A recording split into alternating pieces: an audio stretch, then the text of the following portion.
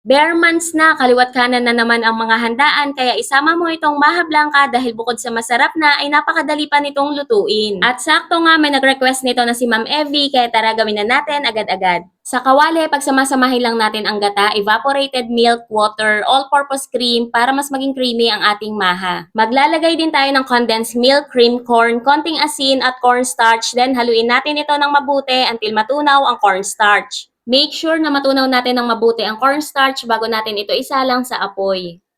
Nakasalang na ito sa apoy, lulutuin lang natin ito until lumapot ang maha at dapat tuloy-tuloy ang ating paghahalo. Ayan, unti-unti na itong lumalapot, ituloy-tuloy pa natin ang paghahalo until maluto ang maha blanca. Malalaman mong luto na ang maha kapag tinikman mo ito, smooth na siya, wala kang mapifeel na magaspang na harina sa dila. Ayan, hanguin na natin to.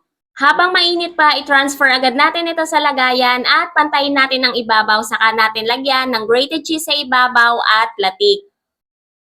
At eto na ang ating finished product. I-try nyo na rin to, mga kakusina!